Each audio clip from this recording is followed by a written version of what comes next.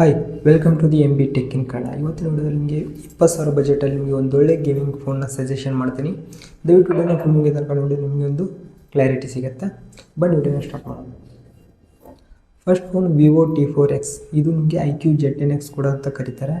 ಅಮೆಜಾನಲ್ಲಿ IQ ಆಗಿ, ಫ್ಲಿಪ್ಕಾರ್ಟಲ್ಲಿ T4X ಆಗಿ ಸಿಗುತ್ತೆ.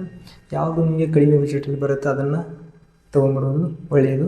ಈ ಎರಡು ಫೋನ್ಸ್ಗಳಲ್ಲಿ ನಿಮಗೆ ಸೇಮ್ ಸ್ಪೆಸಿಫಿಕೇಷನ್ ಇರುತ್ತೆ. ಮೀಡಿಯಾಟೆಕ್ ಡೈಮೆನ್ಸಿಟಿ 7300 ಪ್ರೊಸೆಸರ್ ಯೂಸ್ ಮಾಡಿದ್ದಾರೆ. ಇದು ನಿಮ್ಗೆ ಕಾನ್ಸ್ಟೆಂಟಾಗಿ 60 FPS ಅಲ್ಲಿ ಗೇಮ್ನ ಹ್ಯಾಂಡಲ್ ಮಾಡುತ್ತೆ. ಇದು ನಿಮಗೆ 15,000 ಒಳಗಡೆ ಬೆಸ್ಟ್ ಆಗುತ್ತೆ ಬಜೆಟಲ್ಲಿ. ಮತ್ತು 18,000 ಮೇಲ್ಪಟ್ಟು ಹೋದರೆ ನಿಮಗೆ ರಿಯಲ್ಮಿ P4 ಮತ್ತು ಇನ್ಫಿನಿಕ್ಸ್ GT ನಿಮಗೆ ಎರಡು ನಿಮಗೆ ಹೆಚ್ಚು ಕಡಿಮೆ ಸೇಮ್ ಪ್ರೈಸಲ್ಲಿ ಬರುತ್ತೆ. ಇದು ನಿಮಗೆ ನಿಮಗೆ ಮೀಡಿಯಾಟೆಕ್ ಡೈಮೆನ್ಸಿಟಿ 7400 ಪ್ರೊಸೆಸರ್ನ ಯೂಸ್ ಮಾಡಿರೋದು.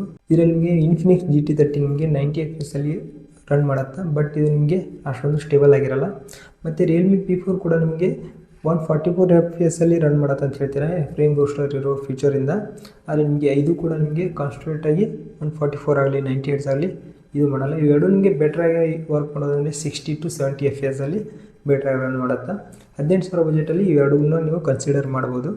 ನೆಕ್ಸ್ಟ್ ಇದ್ರ ಮೇಲ್ಪಟ್ಟು 20,000 ಬಜೆಟಲ್ಲಿ ನೋಡಿದ್ರೆ ನಿಮಗೆ 25,000 ಬಜೆಟಲ್ಲಿ ಲಾಂಚ್ ಆಗಿರುವಂಥ ಪೋಕೋ X7 Pro ಫೋನು. ಇದು ನಿಮಗೆ MediaTek Dimensity 8400 ultra processor use ಮಾಡಿದ್ದಾರೆ. ಇದು ನಿಮಗೆ 120 FPS ಹ್ಯಾಂಡಲ್ ಮಾಡೋಂಥ ಕ್ಯಾಪಬಿಲಿಟಿ ಇದೆ. ಬಟ್ ಅಪ್ಡೇಟ್ನ ಕೊಟ್ಟಿಲ್ಲ, ಆದ್ದರಿಂದ ಇದು 60 FPS ಅಲ್ಲಿ ಹ್ಯಾಂಡಲ್ ಮಾಡುತ್ತೆ. ಬಟ್ ಈ BGMI 4 ಅಪ್ಡೇಟ್ ಬರುತ್ತಲ್ಲ, ಆವಾಗ ನಿಮಗೆ 120 FPSಗೆ ಸಪೋರ್ಟ್ ಮಾಡೋದು ಅಂತ ಹೇಳ್ತಿದ್ದಾರೆ.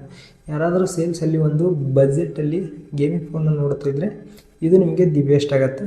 ಬಟ್ ನೆನಪಿರಲಿ, ಯಾವ ನಿಮಗೆ ಕ್ಯಾಮ್ರಾ ಸೆಗ್ಮೆಂಟ್ ಫೋನಲ್ಲ. ಇದರಲ್ಲಿ ನಿಮಗೆ ವಿವೋ ಮತ್ತು ರಿಯಲ್ಮಿ ನಿಮಗೆ ಸ್ವಲ್ಪ ಕ್ಯಾಮ್ರಾಸಲ್ಲಿ ಬೆಟ್ರಾಗಿ ಎಡ್ಜ್ ಇರುತ್ತೆ. ಅದು ಬಿಟ್ಟರೆ ನಿಮಗೆ ನಿಮಗೆ ಕ್ಯಾಮ್ರಾ ಹೇಳ್ಕೊಳ್ಳೋ ಥರ ಚೆನ್ನಾಗಿರಲ್ಲ. ಓನ್ಲಿ ಗೇಮ್ಸ್ಗಾಗಿ ಮಾತ್ರ ಫೋನ್ಸ್ಗಳು. ಪ್ಲೀಸ್ ವಿಡಿಯೋ ಲೈಕ್ ಮಾಡಿ, ಶೇರ್ ಮಾಡಿ, ಸಬ್ಸ್ಕ್ರೈಬ್ ಮಾಡೋದು ಮರಿಬೇಡಿ.